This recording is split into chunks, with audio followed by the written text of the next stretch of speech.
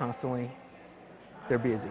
That's to be expected, since Robbie Saul's kiddos are in Kindergarten, first grade, and third grade. Still, the little guys are the world to Robbie and his wife. We've been blessed so much in our lives.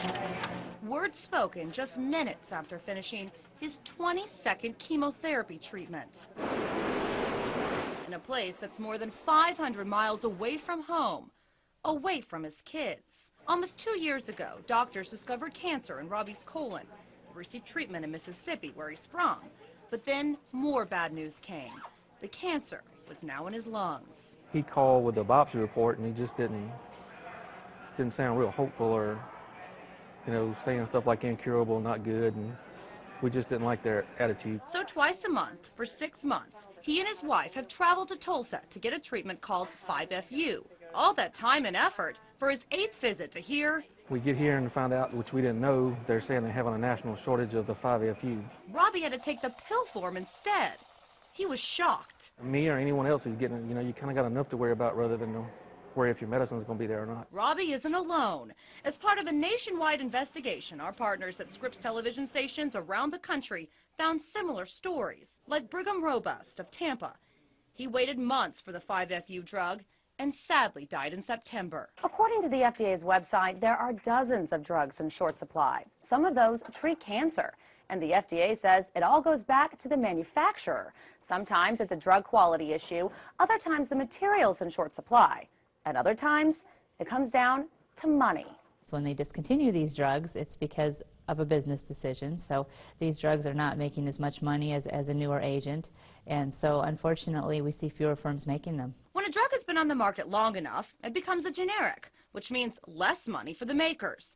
The FDA would like to see one thing happen. We know that early notification, when a company is having a problem or experiences a delay, if they let us know early on, sometimes we're able to help prevent shortages. But Oklahoma U.S. Senator and doctor Tom Coburn says the government is also to blame. This from a 3-time cancer survivor. Senator Coburn recently revealed he was treated for prostate cancer. 8 years ago, he survived colon cancer. Decades earlier, a malignant melanoma. The government pays for 65% of the drugs in this country. And they're the payer, and they've limited the margins that can be made on those generic drugs so that there ends up only being one supplier. He says that means the feds set the price range of chemo drugs, and that hampers the free market. It's going to get worse.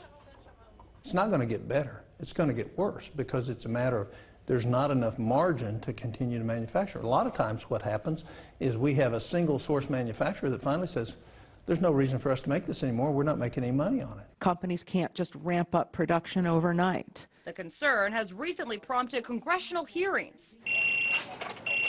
But for patients who've missed treatments, like Robbie, they just want an end to the debate and a fix to the problem. It makes you want to hurt somebody.